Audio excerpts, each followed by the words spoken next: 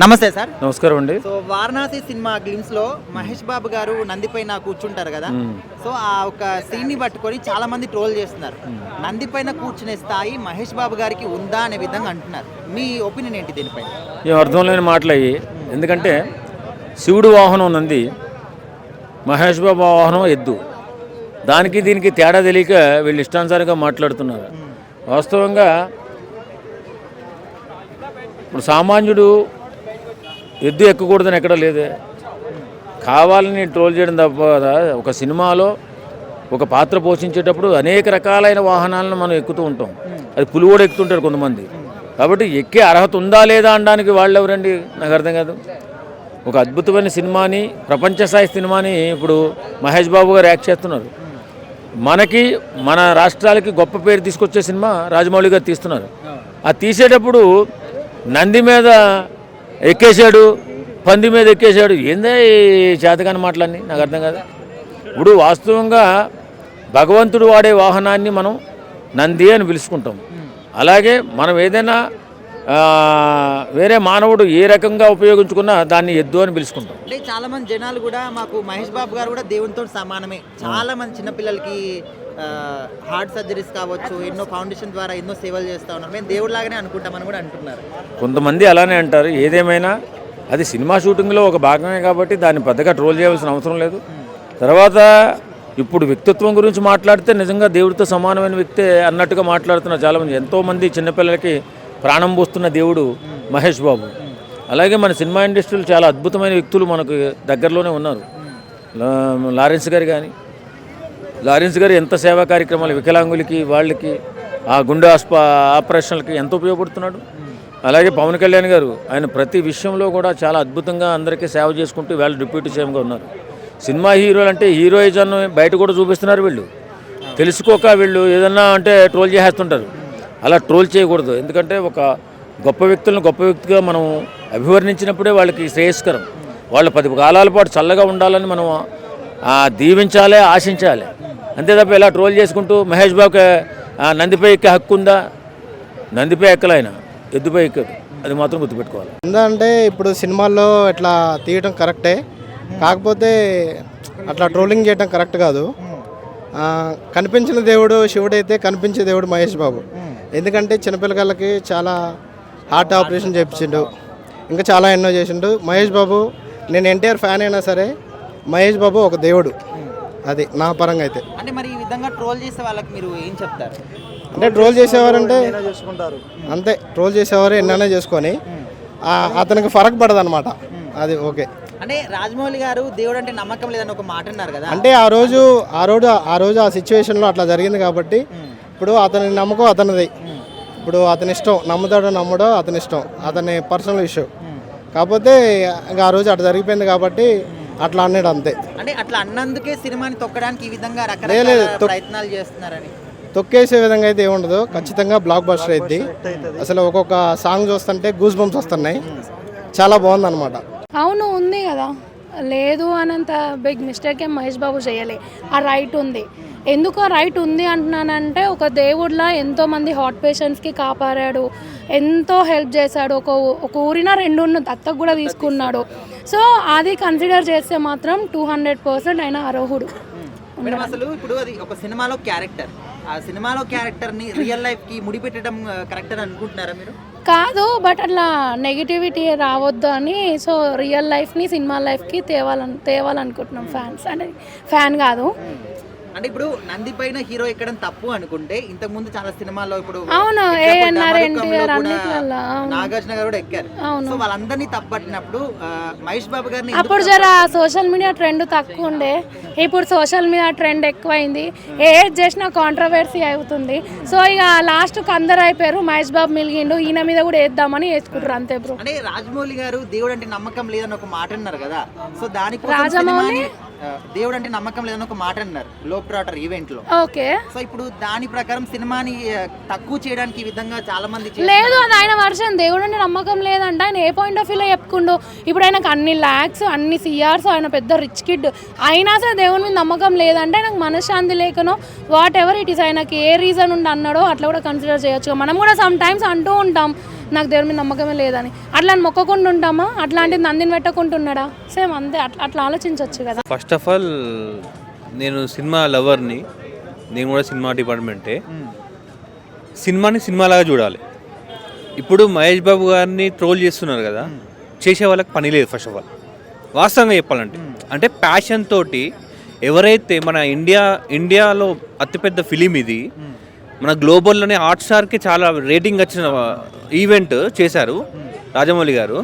ఇంత కష్టపడి చేసిన వాళ్ళ గురించి ఇప్పుడు మనోభావాలు అనేది ఎలా దెబ్బతింటే, ఇప్పుడు నంది తప్పు కాదు కదా. ఇప్పుడు వాహనమే. ఇప్పుడు సనాతన ధర్మంలో మీరు వాల్మీకి రాసిన దాంట్లో కూడా చూడండి ఉంటుంది. సో అప్పుడు మనం ఏంది తప్పు తీసుకోవద్దు. ట్రోల్ చేసే వాళ్ళకి ఒకటే నేను చెప్పేది ఏంటంటే, ఎవరైతే ట్రోల్ చేస్తున్నారో దయచేసి సినిమాలా చూడండి. ఇప్పుడు మహేష్ బాబు గారికి అర్హత లేదు అంటున్నారు కదా. మహేష్ బాబు గారికి చిన్నపిల్లలకు ప్రాణదానం చేస్తున్నారు. ఎవరు చేస్తున్నారు చెప్పండి? ఇప్పుడు దేవుని రూపమే అనుకోవాలి కదా మనము. ఇప్పుడు త్రివిక్రమ్ శ్రీనివాస్ గారు కూడా చెప్పారు కలేజ సినిమాలో. ఎందుకు ఓం నమ శివాయ సాంగ్ కూడా హిట్ అయింది. ఇవన్నీ ఎందుకు, మన పాయింట్స్ ఎందుకు చూసుకుంటలేరు? ఇప్పుడు ఆయన మహేష్ బాబు ఫౌండేషన్ ద్వారా 2 గ్రామాలకి, చిన్నపిల్లలకి గుండె. మీకు ఒక ఇన్సిడెంట్ చెప్తా. కృష్ణ గారు మరణించిన రోజు ఒక చిన్న పాప హాస్పిటల్లో చావు బతుకులో ఉంది. తనకి అప్పుడు మహేష్ బాబు గారు తన తండ్రి శోక సంద్రంలో ఉన్నా కూడా తనకి హెల్ప్ చేశారంటే ఎంత గొప్ప మనసు చెప్పండి. సో నేను ఏమనుకున్నా అంటే, సినిమాలాగా చూడండి. సో ఎప్పుడైనా గుర్తుపెట్టుకోండి, ప్రపంచంలో అందరు తప్పు చేస్తుంటారు. అది తప్పు కాదు నా పాయింట్ ఆఫ్ వ్యూలో. ఎందుకంటే నేను ఒక చదువుకున్నవాడిని, మనం అందరం చదువుకున్న వాళ్ళమే. సో మనం ఒక సినిమా పాయింట్ ఆఫ్ వ్యూ చూడండి. నంది ఇప్పుడు దైవం అందరికీ ఉన్నది, అందరు పూజిస్తాం, గౌరవిస్తాం. అంతేగాని దాన్ని సినిమాగా చేస్తున్నారు. ఒక గొప్ప మూవీ, మంచి భారీ బడ్జెట్ మూవీ, మంచి మన ఇండియన్ ఫిలిం ఇంకా పైకి పోతుంది ఇప్పుడే. అది చూసుకోండి కదా. ఇప్పుడు పని పాట లేని వాళ్ళు ఎన్నో చెప్తారు భయ్య. నేను ఒకటే చెప్తున్నా, సినిమాగా ప్రేమించండి. సినిమా కోసం చాలామంది పని చేస్తుంటారు, వాళ్ళ కుటుంబాలు బతుకుతున్నాయి కదా. ఇప్పుడు ఉంది, డెఫినెట్గా ఉంది. ఎందుకు లేదు? మహేష్ బాబుకి ఆయన కూడా మంచి సినిమాలు తీసిన వ్యక్తే కదా. ఆయన కూడా ఆల్రెడీ ఆయన బ్లాక్ బస్టర్లు ఉన్నాయి. పోకిరి కానీ, ఒక్కడు కానీ చాలా బ్లాక్ బస్టర్ సినిమాలు ఉన్నాయి కదా. ఒకటి ఇదంతా ఓన్ డైరెక్షన్ కాదు కాబట్టి, రాజమౌళి ఎలా డైరెక్షన్ చేస్తే అలా చేశాడు కాబట్టి ఆ క్రియేటివిటీ కూడా రాజమౌళికి చెందుతుంది. ఇప్పుడు మహేష్ బాబు నేను నందిపైన వస్తానని ఆయనేం అనలేదు. అది ఆయన సృష్టించాడు. ఆయన రాజమౌళి ఏమనంటే, నువ్వు ఇలా వస్తే బాగుంటుంది. ఇప్పుడు మహేష్ బాబు కూడా ఒక మాట అన్నాడు. ఏమన్నాడు మహేష్ బాబు? నేను సాధారణంగా మామూలుగా వద్దాం అనుకున్నానండి, ఈయన ఇంత ఏర్పాట్లు చేశాడు, మరి ఇంకా తప్పదు కదండి, ఇంకా భారీ ఏర్పాట్లు చేశాడు, ఇంకా తప్పదు కదా, ఇంకా నేను షర్ట్ ఇప్పి రమ్మని చెప్పలేదు నన్ను అని కామెడీ కూడా చేశాడు. మామూలుగా ఎవడు అంటే దాన్ని బట్టి ఆలోచిస్తే వెనకాల ఉన్న రాజమౌళి గారు ఎలా చెప్తే అలా నడిపిస్తున్నారు కాబట్టి మహేష్ బాబుది ఓన్ క్రియేటివిటీ కాదు ఇది. అన్న ఇప్పుడు ఇంతకుముందు వేరే సినిమాల్లో కూడా, ఇప్పుడు డమరుకంలో నాగార్జున గారు కావచ్చు, అంతకుముందు చాలా సినిమాల్లో కూడా అట్లా ఎక్కిన దాఖలాలు ఉన్నాయి. బట్ అవన్నీ కూడా గాలికి వదిలేసి ఓన్లీ మహేష్ బాబు గారిని ఎందుకు టార్గెట్ చేస్తున్నారు? రాజమౌళి గారు అట్లా మాట్లాడడం వలన దేవుడు అంటే నమ్మకం. ప్రజలు ఎట్లుంటారంటే, ఏది దొరకనప్పుడు ఏదో ఒక టాపిక్ మాట్లాడాలన్నప్పుడు ఈ టాపిక్లు మాట్లాడుతుంటారు. ఇప్పుడు పని పాట లేని వాళ్ళు, నిజంగా అవగాహన ఉన్న వాళ్ళు అయితే దాని గురించి అవగాహన ఉన్న వాళ్ళు అయితే అలా మాట్లాడరు. అవగాహన లేని వాళ్ళు, దాని గురించి తెలియని వాళ్ళు ఏదో మాట్లాడాలని మాట్లాడుతున్నారు. అంతేగాని ఇప్పుడు ఒక పెద్ద భారీ బడ్జెట్ సినిమా అది మాటకి. ఇప్పుడు రాజమౌళి అంటేనే ఆల్రెడీ ఒక బ్రాండ్. ఆయన ఎస్ఎస్ అని పేరు పెట్టుకున్నాడు. ఆయన ఎస్ఎస్ రాజమౌళి అంటే ఒక బ్రాండ్ పెట్టుకున్నాడు. ఆయన పెట్టుకున్నాడు. ఆ బ్రాండ్కి విలువ తగ్గే పనులు చేయడు కాబట్టి ఆ బ్రాండ్కు తగ్గట్టుగా వాల్యుబుల్గా మూవీ ఉంటుందని మేము కూడా ఊహిస్తున్నాం. మేము కూడా అసలు ఒక సినిమాలాగా కాకుండా పర్సనల్ లైఫ్ తీసుకొచ్చి పర్సనల్ లైఫ్ని ముడిపెట్టడం కరెక్ట్ అంటారా? అసలు ఎంతవరకు కరెక్ట్ కాదు. ఎందుకంటే సినిమాలాగా చూడాలి. పర్సనల్ లైఫ్ అనేది అందరిది, ఒకరిది మంచిగా ఉండొచ్చు, ఒకటి చెడ్డగా ఉండొచ్చు. అది భగవంతుడు లీల. అది మనం ఏం చెప్పలేం. ఇప్పుడు అందరూ బాగుండాలి, అందరూ సినిమా ఇండస్ట్రీలో మంచి వాళ్ళు వెళ్ళారు, మంచి వాళ్ళు దిగిపోయారు, దిగ్గజాలు కూడా వెళ్ళిపోయారు, మహానుభావులు అందరూ వెళ్ళిపోయారు. దాన్ని మనం అనలేమండి. ఇప్పుడు బాగుపడ్డోళ్ళు బాగుపడ్డారు, చెడిపోయిన వాళ్ళు చెడిపోయినారు. పూర్వకాలంలో కూడా రాజనాలు అటువంటి మహా విలనే చిక్కడపల్లిలో, ఇక్కడ ఇదే మన హైదరాబాద్లో చిక్కడపల్లిలో కూతురి దగ్గరకు వచ్చి కాలు బాగోలేక, షుగర్ పేషెంట్ కాలు బాగోలేక లాస్ట్ చెన్నైకి వెళ్ళి చనిపోయాడు. ఆయన కాలు చూపించుకోండి. చెప్పలేము. ఇండస్ట్రీలో రామారావు బాగుపడ్డాడంటే అందరూ బాగుపడడం లేదు కదా, కాంతారావు చెడిపోయాడు. ఎట్లా ఇది కూడా ఇప్పుడు కూడా జనరేషన్ బట్టి అప్పుడు మాట ఎందుకు చెప్తున్నానంటే ఇప్పుడు కూడా జనరేషన్లో కూడా ఎవరు బాగుంటారో వాళ్ళ వైపే సినిమా ఇండస్ట్రీ చూస్తుంది. ఎవరైతే డౌన్లో ఉన్నారో, ఎవరైతే కింద పడుతున్నారో వాళ్ళ వైపు చూడదు. మన పూరి జగన్నాథ్ ఒక స్టేట్మెంట్ ఇచ్చాడు, మీకు గుర్తుందో లేదు, ఇదే మహేష్ బాబు గురించి ఏమన్నట్టు తెలుసా, మహేష్ బాబు హిట్లో ఉంటేనే నాతో మాట్లాడతాడు, ఫ్లాప్లో ఉంటే నాతో మాట్లాడు, వాళ్ళ అభిమానులన్నా మాట్లాడతాడు కానీ మహేష్ బాబు నాతో మాట్లాడు. మరి అది మహేష్ బాబుకి మీరే చెప్పాలన్నాడు. అది మూవీ పరంగా స్టోరీని బట్టి డిపెండ్ అయి ఉంటుంది. ఆల్రెడీ రాజమౌళి గారు చెప్పారు, ఆయన రాముల వారి గెటప్ ఉంటుంది మూవీలో, సీన్స్ ఉంటాయని. అంటే దేవుడి క్యారెక్టర్ ఉంది, దేవుడి క్యారెక్టర్ ఉన్నప్పుడు నంది మీద కూర్చోవచ్చు, తప్పలేదు. ఆ క్యారెక్టర్ పరంగా కూర్చుండి కానీ పర్సనల్ కూర్చొని ఆయన రీల్స్ చేయలేదు, వేరే ఏం లేదు. ఆ మూవీ పరంగా ఉంది, మూవీ పరంగానే చూడాలి.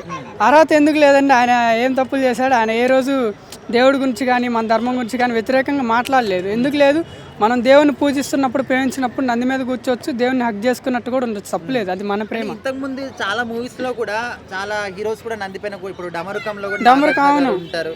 సో ఇలాంటి వాటిని ఎందుకు ముందుకు తీసుకురావట్లేదు, ఓన్లీ మహేష్ బాబు గారిని ఎందుకు టార్గెట్ చేస్తున్నారు? రాజమౌళి గారు ఆ రోజు మాట్లాడారుగా, ఇంకా అది పట్టుకున్నారు. మూవీని ఎలా నెగిటివ్ చేయాలా, 1 by 1 వాళ్ళు ఏదో స్ట్రాటజీ యూస్ చేస్తుండ్రు, అవి వర్కౌట్ కావు. అవి మూవీ టైంకి అవన్నీ కొట్టుకొని పోతే రికార్డులు తిరగరాస్తారు, చూస్తారుగా. అది సినిమా కాబట్టి దాన్ని ఎట్లైనా కూర్చుంటే పర్లేదు అనమాట. ఎవరో ట్రోలింగ్ చేస్తే మనం ఎందుకంటే చెప్పి ఎవరు ఏమంటారు. అంటే అది సినిమా పరంగానే చూడాలంటారా? సినిమాని సినిమా పరంగా చూడాలి.